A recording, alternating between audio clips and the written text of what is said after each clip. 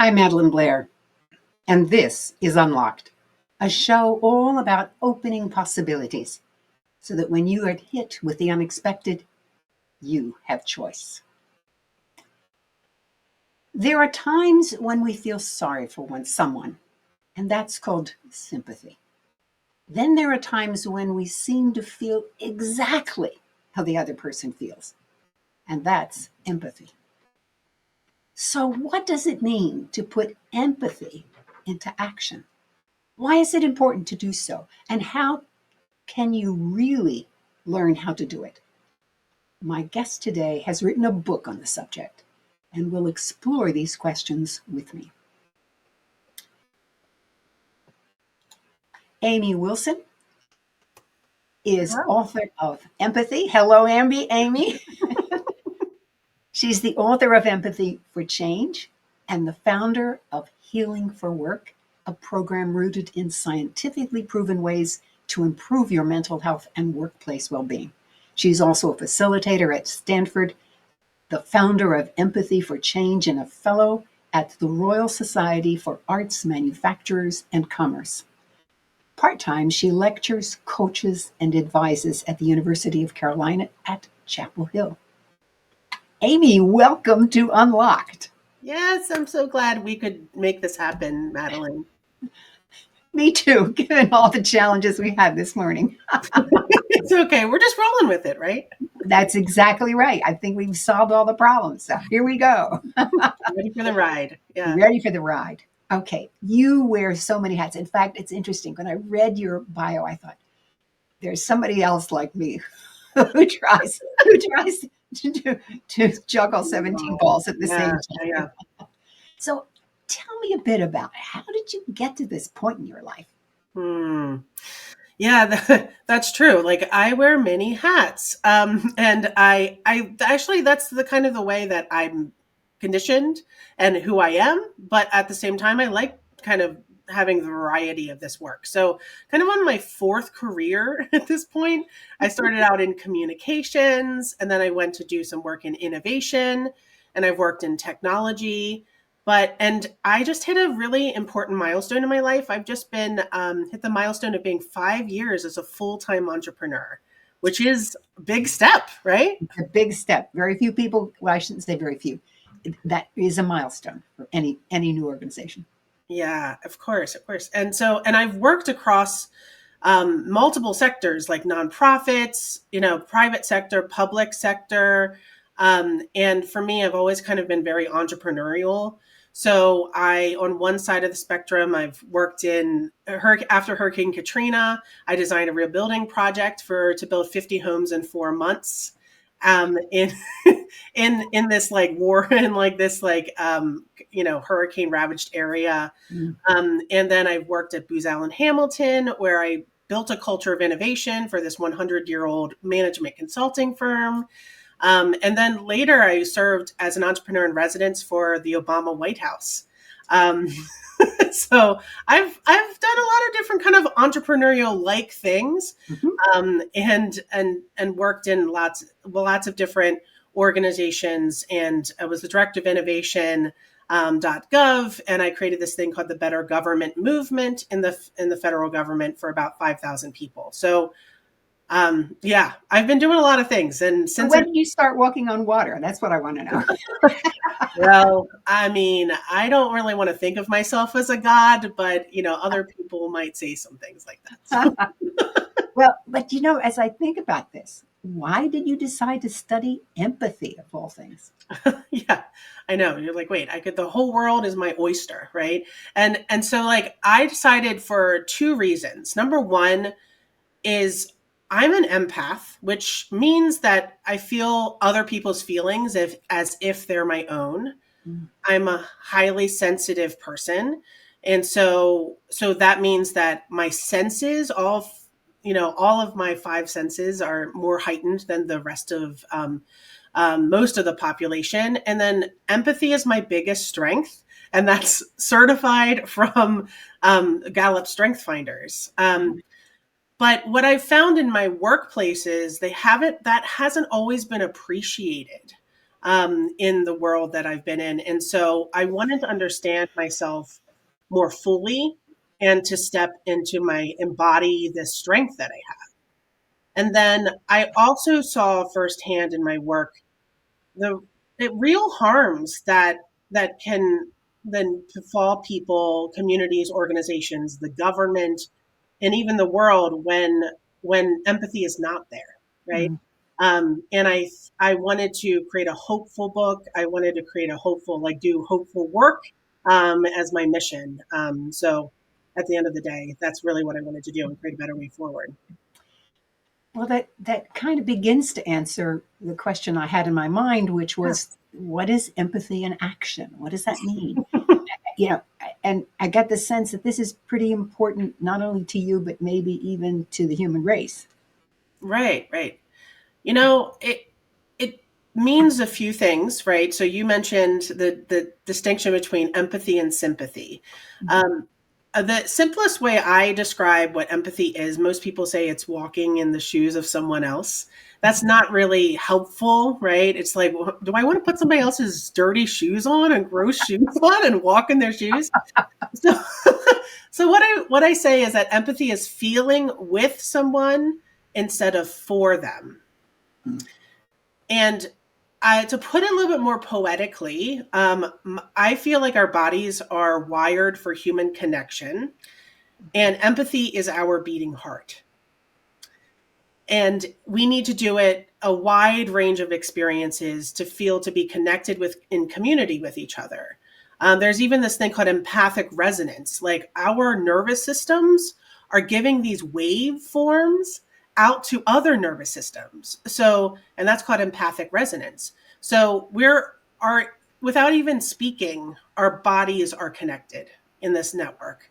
So it's important for us to, sense what the world needs, what we need, to care for each other in community. It's also important to have compassion for ourselves and for others. And this connection improves our ability to process intense emotions, trauma, manage our stress, and mitigate the biases that we all have and bring to the world. So it's a lot. It's a lot of things that empathy does for us. That last point is a really, really important one, that it helps us understand, if I hear you right, it Hmm. actually helps us understand our own biases because we suddenly feel it from another person. Hmm. Thank you for that insight. I hadn't thought about that connection, that when I can feel like you, I can actually then then see the biases that I bring. Wow. Hmm. Yeah, Cool. I know, right? Right. Yeah. And that's what happens in storytelling, right? Like Oh, when somebody yes. tells a story, we're seeing it from their perspective, but we also are resonating with our own interpretation of what that person is saying. So we're learning and growing with each other. Absolutely. Absolutely. In fact, I just had a guest on that talked exactly about that, that the story almost hypnotizes us. And because we are in the story, we are the story as we listen to Yeah, it. Yeah. yeah, Yeah. Oh, gosh. And I can begin to see that it really is important in real world situations.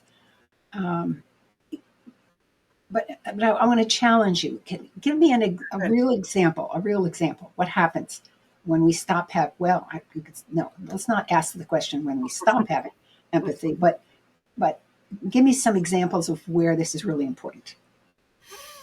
Well, I think it's important for all parts of our lives, right? So if we break it down into three distinct parts, there's intrapersonal relationship. Intra is internal to ourselves, and so how can we have self empathy?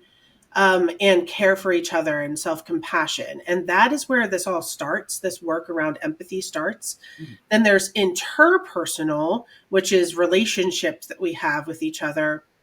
And then there's also this concept of extrapersonal, or the system around us. So a minute ago I mentioned that we see biases, and we have biases in our lives, and empathy allows us to have that, to be aware and also accept that our biases, and then we can move to acting and being like, does this bias actually meet my values? And Mm. so when I think about that, is, all of us have our own values. A lot of it is conditioned in our responses based on how our society tells us we should be. But sometimes our conditioned responses aren't actually the responses that we want to have in the world, right? So that's one thing that I try to talk about. I'm trying to think of a really specific example in my own mind, just so I can grasp this, because Mhm, this is interesting stuff for me mhm. anyway. All right. Um, I'm thinking if I watch someone, or correction, when I look at someone Right. and I feel like I don't like the way they dress, Hmm.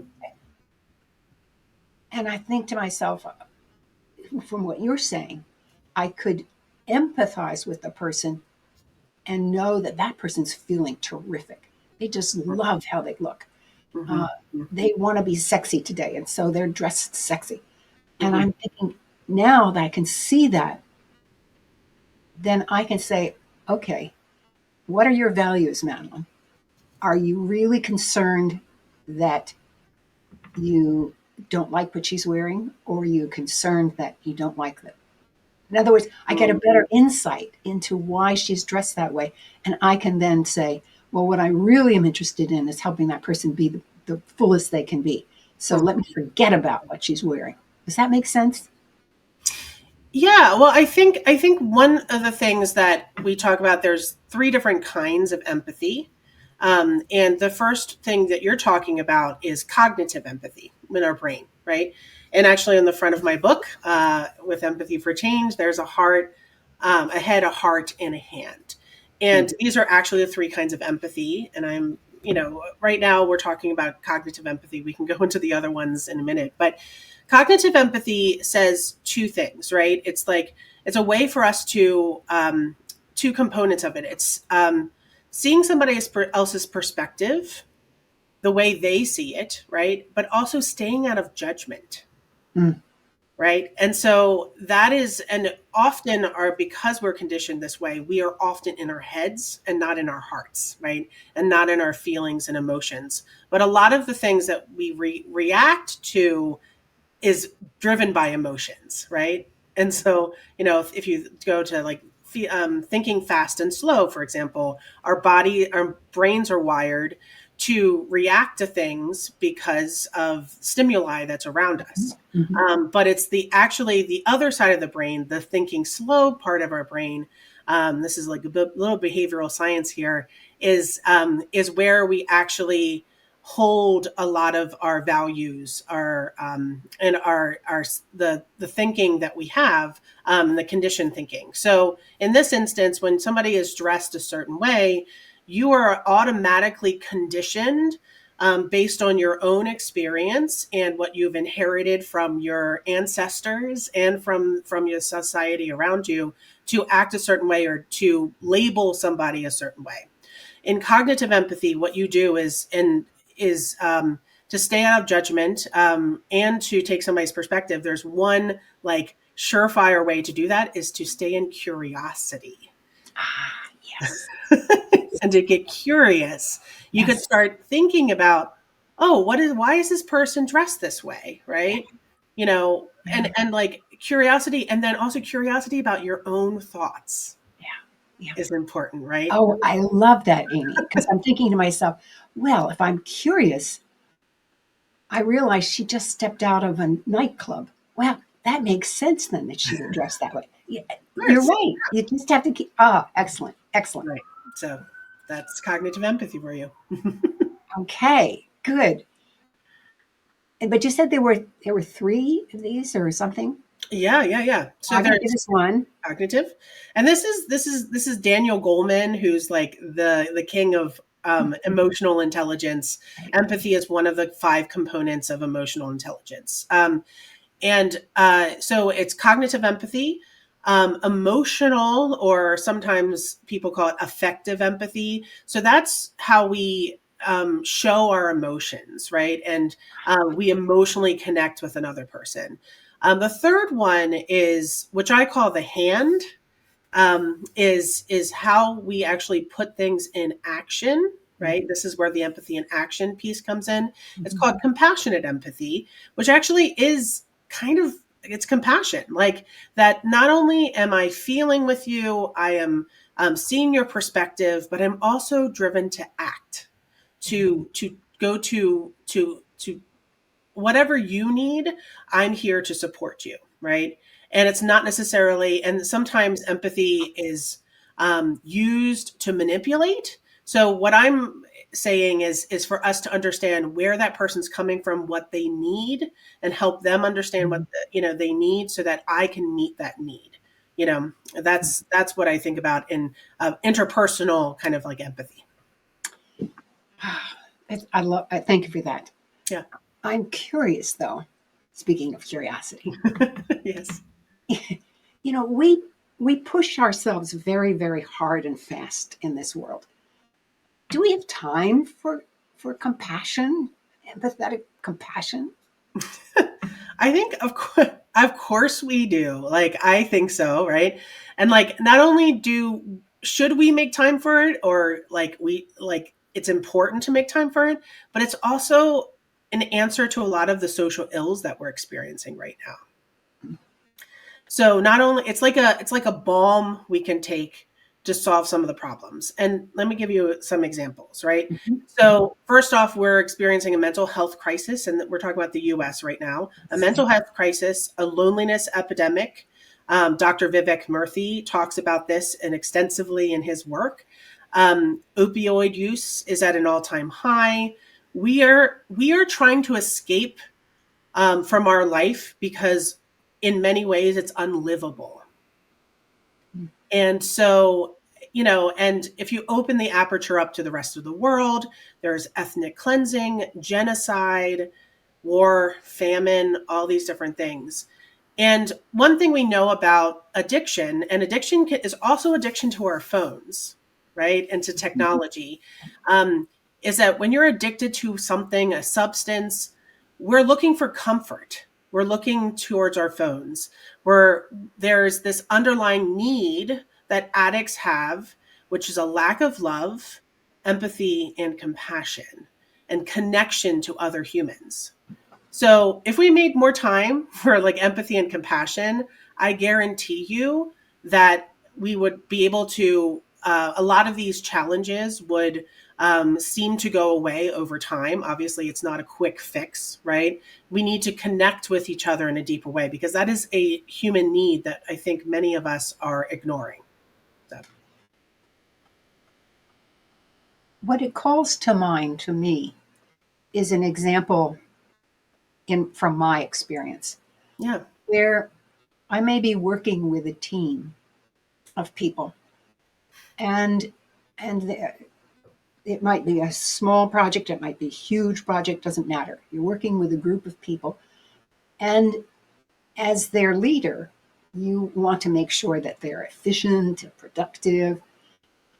But one of the things that I have learned over the years is that it's important for the individuals to get to know one another, not just I'm the accountant and I'm the graphics person. That's not getting to know one another. It's I often would have an early session where they talk about some project that they were very proud of. So you begin to get a sense of who that person is and what brings life to them. Right. And what I'm hearing you say is those simple kinds of things that help people connect as human beings allows you to be more aware of what might be happening in their life. Mm-hmm.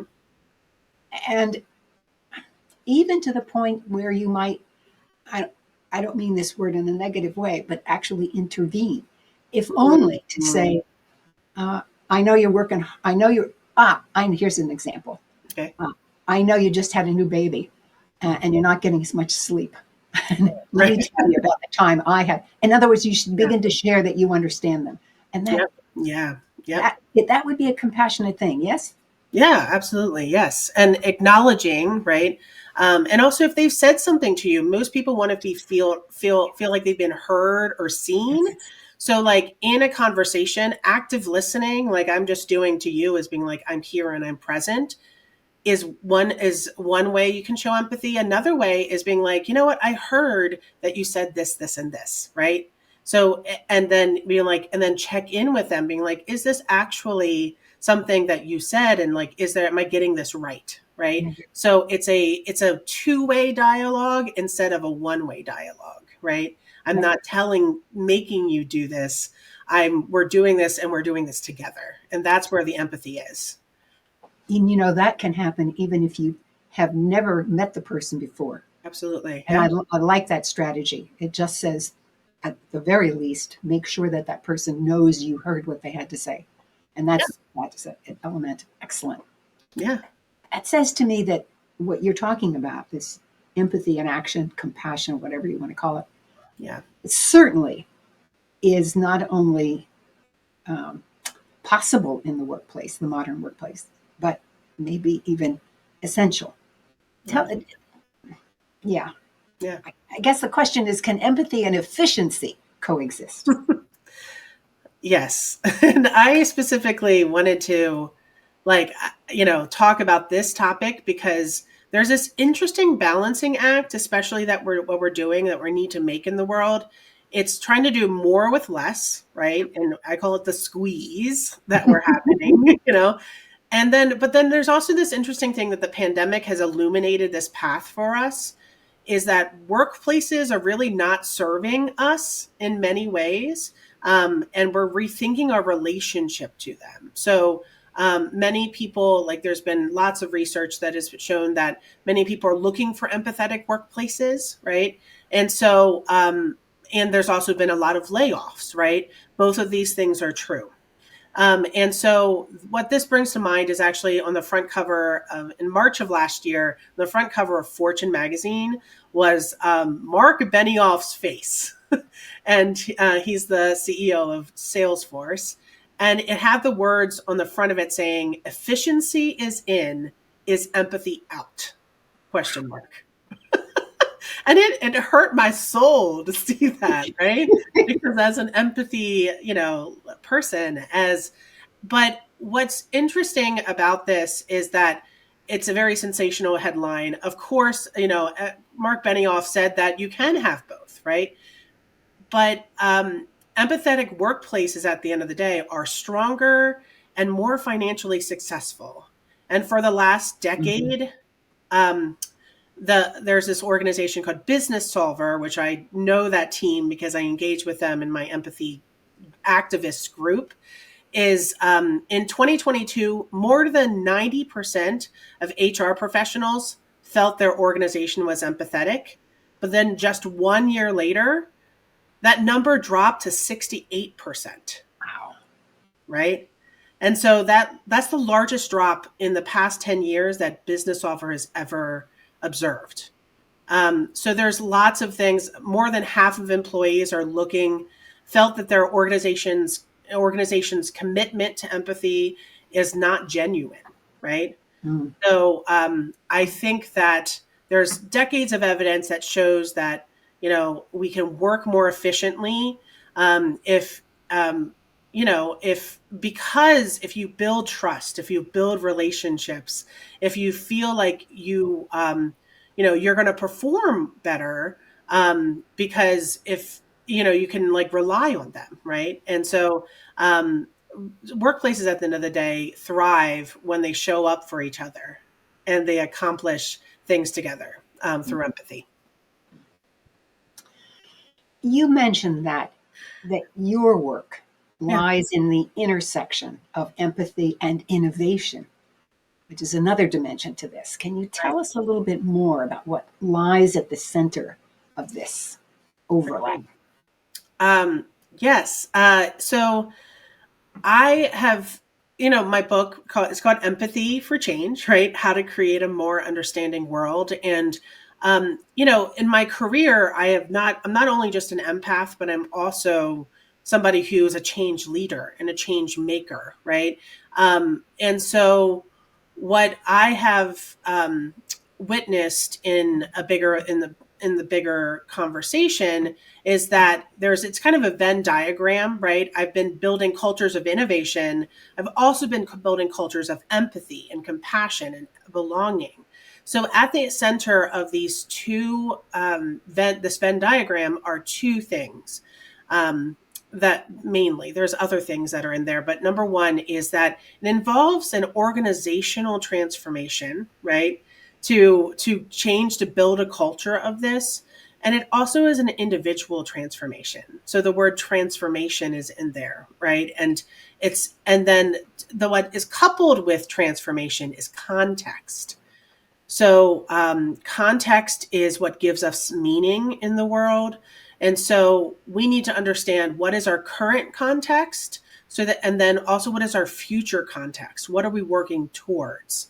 And so through the work that I do and my book and the things that I try to do in the world is try to understand the context and try to understand where we are now, where we need to go, but also help and hold people through that transformation in an empathetic way.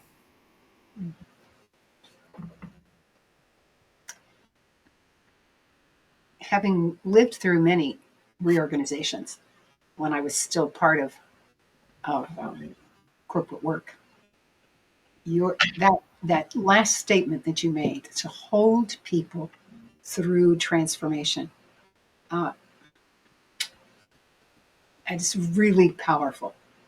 Mm. And I'm just thinking back to one particularly noxious reorganization that I lived through. Mm-hmm. Uh, I, I was at that time a leader. I was a division chief, and I recognized that incredible need for people to feel safe, even though they knew their job was on the line, Mm-hmm. to know that there was at least one person who had their back. And I decided that I wanted to make sure they understood that was me. And I, I went through a lot of activity. No, let me put it this way. I actually spoke to every single person in the division. I Wow. mean, it was a big division. Yeah. Yeah. It took me 3 days back to back, Wow. one right after another. And what happened was, because they knew there was somebody who cared, who appreciated them for whatever, Mm-hmm. and they also recognized the reality of the situation. When we got through the reorganization, we lost 10% of our people, just Yeah. like everybody else. Mm-hmm. Mm-hmm. Our productivity actually increased. Okay. Mm-hmm. And That makes sense. the rest of the institution actually lost 30% productivity, believe it or not. Now, Hmm. here was the impact, though. Tell me. The impact was that I went home on Friday night, and for the next 3 days, because it was a 3-day weekend, I was sick. It took everything out of me. Of course. Yeah. Yeah. And but you know what? I would do it again, because when I went back to work it was on Tuesday morning, people were functional. Mm-hmm. I didn't have to. I literally didn't have to hold hands because I had done it before. That was. Mm-hmm. Gosh, I'm glad you reminded me of that, Amy, because I'd forgotten Oh, that. that story. I'd Yeah. forgotten that. Yeah. But one thing that thank you for sharing that story about your experience, because I think that shows that empathy is hard to do, right? And like it's a lot of people, it's hard to do, and that's why a lot of people perceive it hard. But the thing is, like, once it's a skill that you can learn, it's a choice you made. So what you were doing there is I was choosing that there is something that's impacting people, right? Humans in my organization, and I'm choosing to have empathy and lean into that, right? Yeah, But the more you practice it, it's a skill, right? As well. yeah, So the more you practice it, the better off you are. But, especially as me, as somebody who's an empath, a highly sensitive person, right? I take on people's emotions as if they're my own. And so I can relate to that experience of, like, I'm giving so much of yeah, myself, right? But At the end of the day, like I need to recharge my own batteries to make sure, or put the oxygen mask on myself Yeah. so that I can be in an optimal place for the people around me and to care for Yeah. each other, right?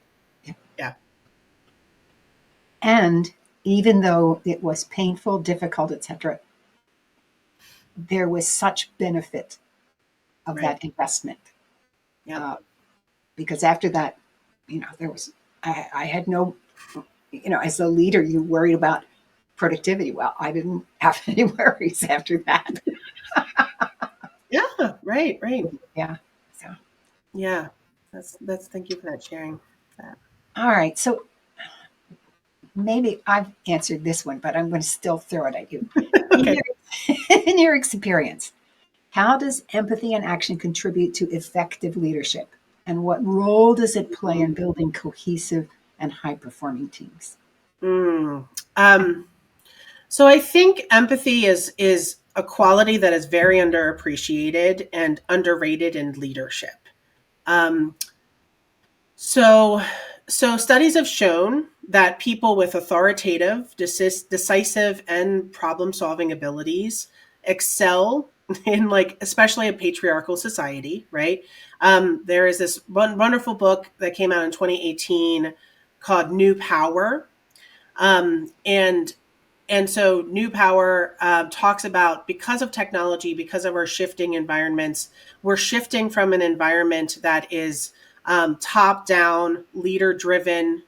The powers at the top, and then everybody like below it has to just like doesn't have the power, to a place that's more open, participatory, peer driven Mhm. at the end of the day when we talk about our workplaces especially.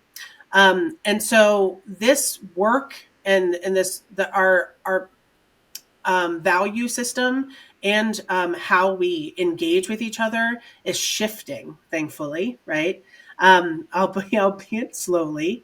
And so, you know, for me, like when I first found out, to tell you a story about myself, when I first was told that empathy is my biggest strength, as in the Strength Finders test, I was surrounded at a management consulting firm, right? That like was really far away from having empathy in that space. And so it's a famously difficult and cutthroat place to be, especially as a woman. So the women leaders were not supportive of me. So I saw that as something that hindered my success instead of something that became I was more successful at. So what we know that empathetic leaders are better communicators, are better Mhm. collaborators. Mhm. They actively listen. They can understand other people's perspective. We talked about cognitive empathy before. They're curious, so they're going to stay out of judgment, and that also um, empathetic leaders also have strong boundaries, right? And know themselves really well, and they show up authentically without resentment. And so at the end of the day, I feel like for all these reasons, empathy is not just this soft skill that we talk about. It's really essential to every aspect of the workplace and or even our lives, right? So those are lots of things. Well, there are a lot of things there. Yeah. So my question is, if you work with organizations to help them Mhm, mhm, develop this capacity, how do you teach them and how do you encourage them? I mean, this is for many people, this is a very uncomfortable place to be. mhm. There's a handful of things that I focus on is um, in in another part of my the work that I do with Healing for Work, where we talk about burnout and the experiences of burnout. We have this. Um, there's a framework we call the 4 R's framework. And it stands, the 4 R's is regulation. First off, like we first work with individuals to help build self compassion for ourselves and to build power, right? To know that I have choice in my world. I am acting and responding in my life rather than reacting to a stimuli in front of us, right? And so that involves a lot of self-awareness, self-compassion. I also work to help people understand those identities I talked about before, what they've inherited from their past, what they've inherited from what the system is around them. I say seeing the system, and that through self awareness, we have more awareness of our own reactions. We can quickly then move into acceptance of where we are, and then towards action. And um, with awareness comes choice at the end of the day. Yeah. Yeah. You know, you know this well. And then the next thing is like relationship building, right? So how do I build a better relationship? Now you're going from one node to two nodes, right? So how can I build better relationships with the different people? So challenge my assumptions, set boundaries, help overcome self-doubt and take action. Um, but you can also recognize, and this is the extension of the awareness that comes out there. So and if you build better relationships with each other, you start building community with each other and trust and collaboration and cooperation. Um, and then just to close it all out, just to say the final four R's is like resilience. And with those two things comes this idea of resilience. So we can manage the adversity, and we have the power to we're even stronger, right? You look into the power within you to become stronger. You reflect, reframe, reach out. Now that you have this community around you, that you feel connected, you can now reach out to that community you've built. And you might fall or stumble, but that community can support you, right? In whatever happens. And then the fourth one, which I think is also important, in resilience, you do a lot of practice, right? How do I apply this? How do I become more resilient? But reintegration is the last one. And reintegration is, I know as and this is an individual, is that the system I'm going in doesn't speak the same language that I have, right? And so how can I live in a system and actually be a catalyst that might change the system for better? Because if we change ourselves, the world around us changes. So that's where reintegration comes in. So Wow. thanks for that. Well, you're welcome. You mentioned a word which I really want you to expand, because I think it's an area that you have also worked in, and that's that word burnout. Right. I hear it a lot. Talk a bit about it from your perspective. Yeah. A lot of research is showing that burnout is becoming even more commonplace in the workplace.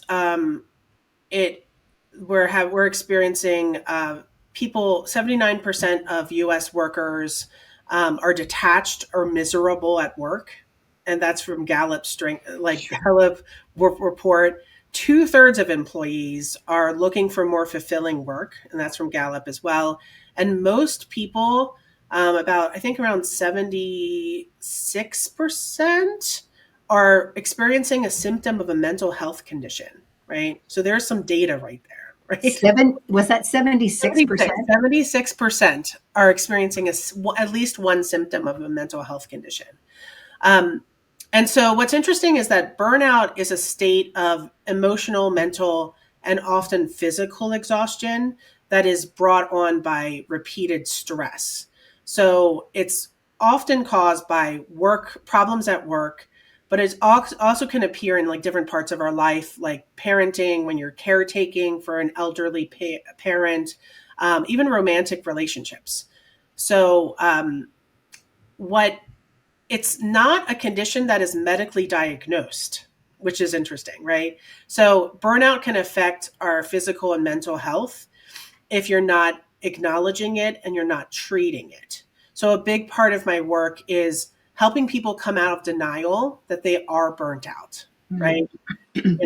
And so it stops us from being productive. It reduces our energy, or hopeless. We might become cynical at the end of the day. And I have experienced burnout 3 times in my life. So I know this from personal experience. I call them my supernovas, right? Like things that were like, I burned up really big and then they have like burned out really quickly, right?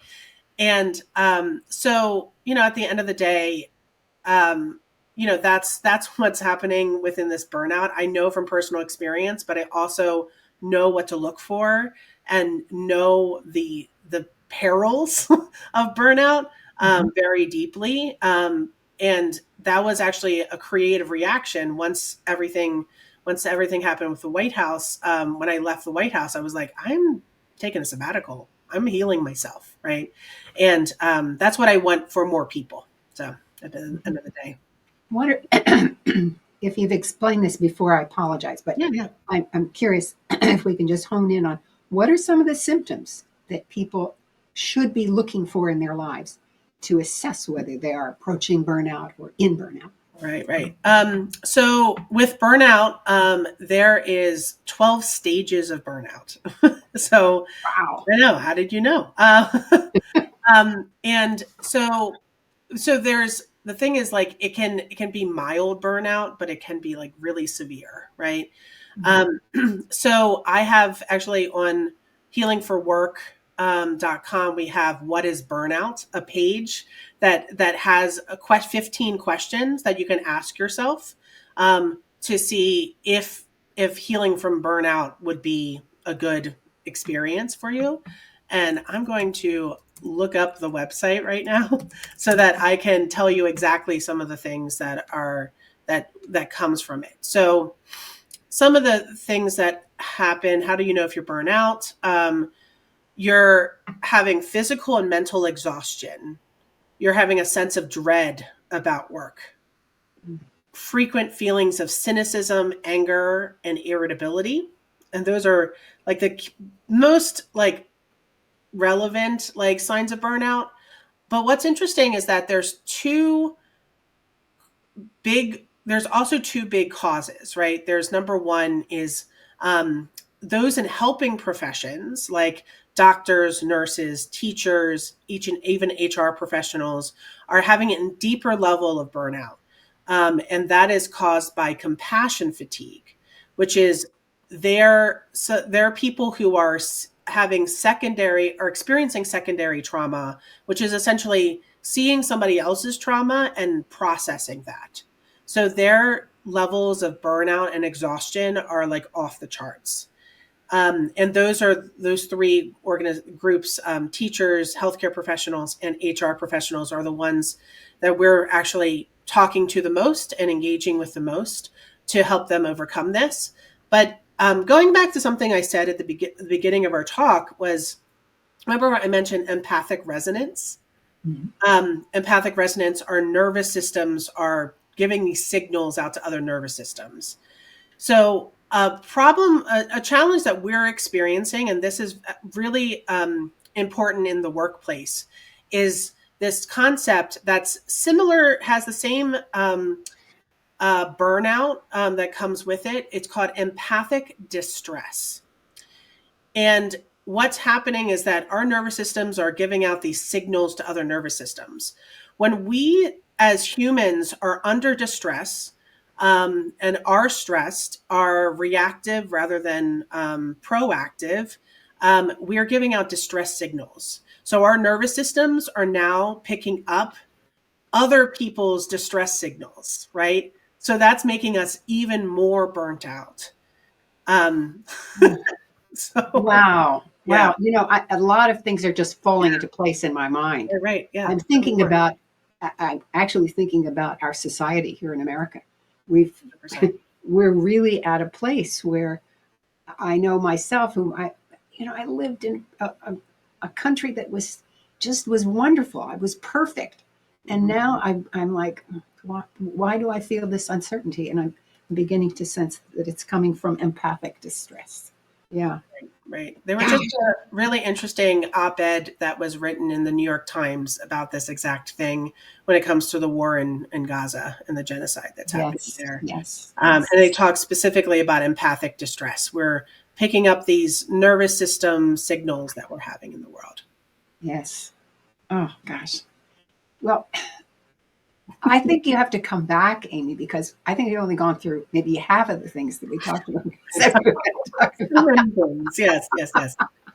Yeah. But this has been mind expanding for me, and I do a lot of reading and thinking, etc., in this topic. So, yeah, that's impressive. That's all I can No, say. I'm impressed myself. That's incredible. Thank you. Well, I so appreciate what you have what you have brought today. Um, and I mentioned this before we started, and I'll tell the audience this is my 100th Unlocked on TV show, and I'm just so tickled that we got onto a subject that was so deep that we have to get another one. Have to set up another.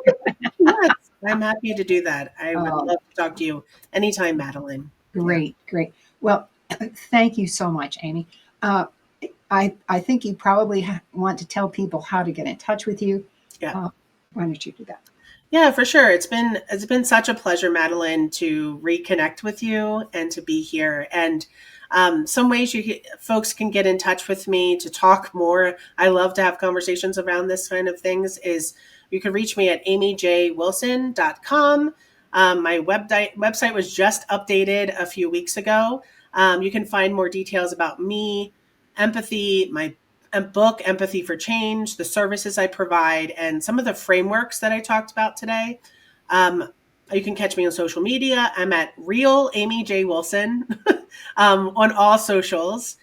You can buy or download a copy of Empathy for Change wherever books are sold. If you love my voice, you can also listen to my audiobook that I narrated myself. And if you want to follow my writing, I'm at empathyinaction.substack.com.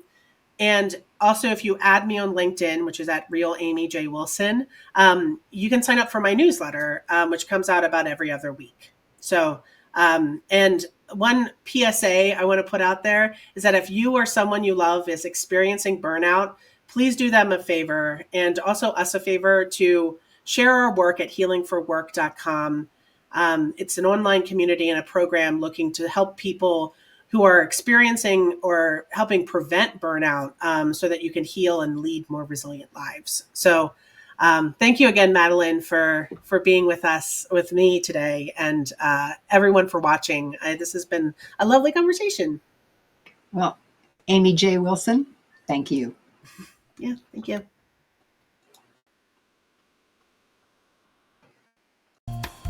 Every now and then, there is something that changes how I think about the world. Grounds for Thought is a place where I talk about these moments so that you can explore the meaning for yourself. Elites. Can you rise to the top without losing your soul? By Douglas Board. This book is remarkably easy to read. Well, it's written by a Brit who writes in the British style, and he does it very well. Now, why do I say this? Because the words just flow together and likewise flow into your mind. And he has a wicked sense of humor that leaks out every now and then. Now, that said, it is about a very deep and complex topic on the ordinariness of extraordinary people and the extraordinariness of ordinary people, and how to unleash the extraordinariness of ordinary human beings. Now, this is a topic that is near and dear to my heart, and I likely think it's near and dear to the heart of every coach. You wouldn't do what you do if you didn't think there was potential in your clients. But what distinguishes Board's approach is that he talks about the obvious and why those strategies don't guarantee you will achieve the highest levels in organizations. For example, he talks about the strategies of getting ahead, such as doing more, being rational and not personal, keeping things simple, being transparent, taking responsibility, learning constantly. You get the point. Then he begins to show how these strategies can move you forward, but they do not get you into the very top most senior levels of organizations, which Board calls wizards. Now, wizards know they belong to the wizard caste, so keep this in mind. He then calls the rest of us muggles. Now, by the way, this word came from the 1600s, where it meant sweetheart. So just as J.K. Rowling's borrowed the word, Board does too. In this case, he also defines what he calls the muggle crust. Those of us who get to the top of that layer just beneath the most senior levels of organizations, or the wizards. It was the phrase muggle crust that changed how I thought about career strategies. These are the people who do excellent work, keep organizations running and profitable, and aspire to move not just up, but all the way up. They are motivated by achievement. Then Board introduces what really distinguishes the wizards. They are known to each other. They know they belong to the wizard community. Wizardry is about personal connection.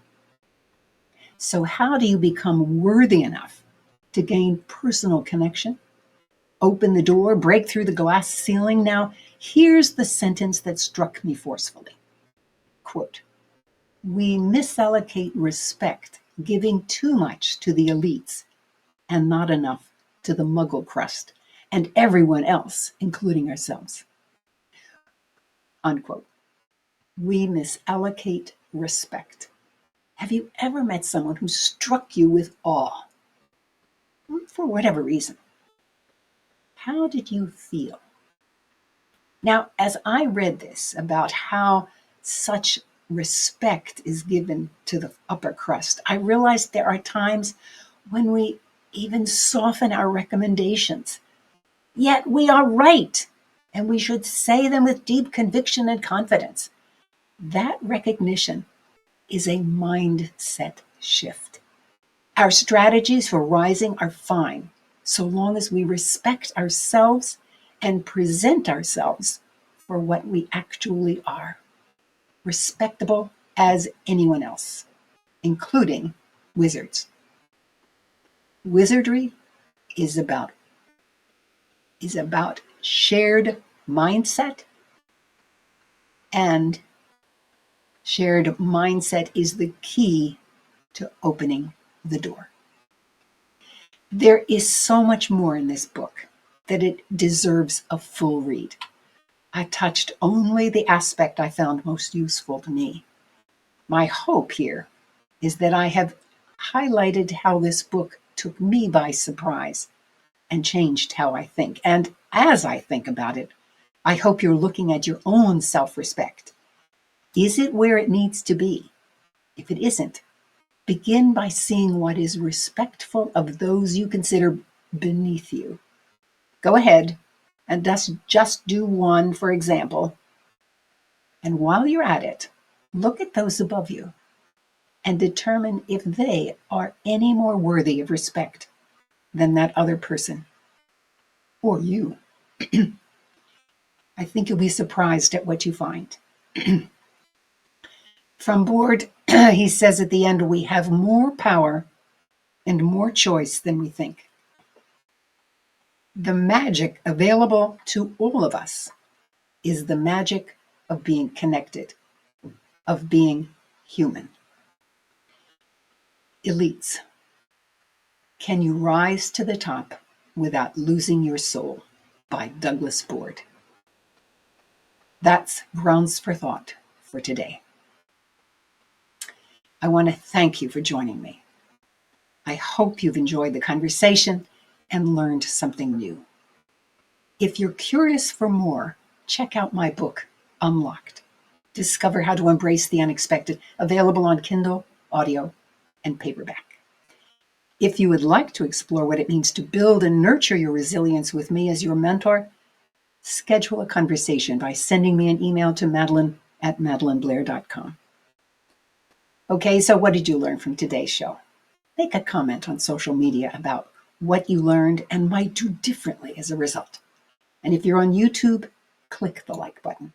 And if you haven't done so already, subscribe. I'm Madeline Blair, wishing you infinite possibilities as you unlock yourself.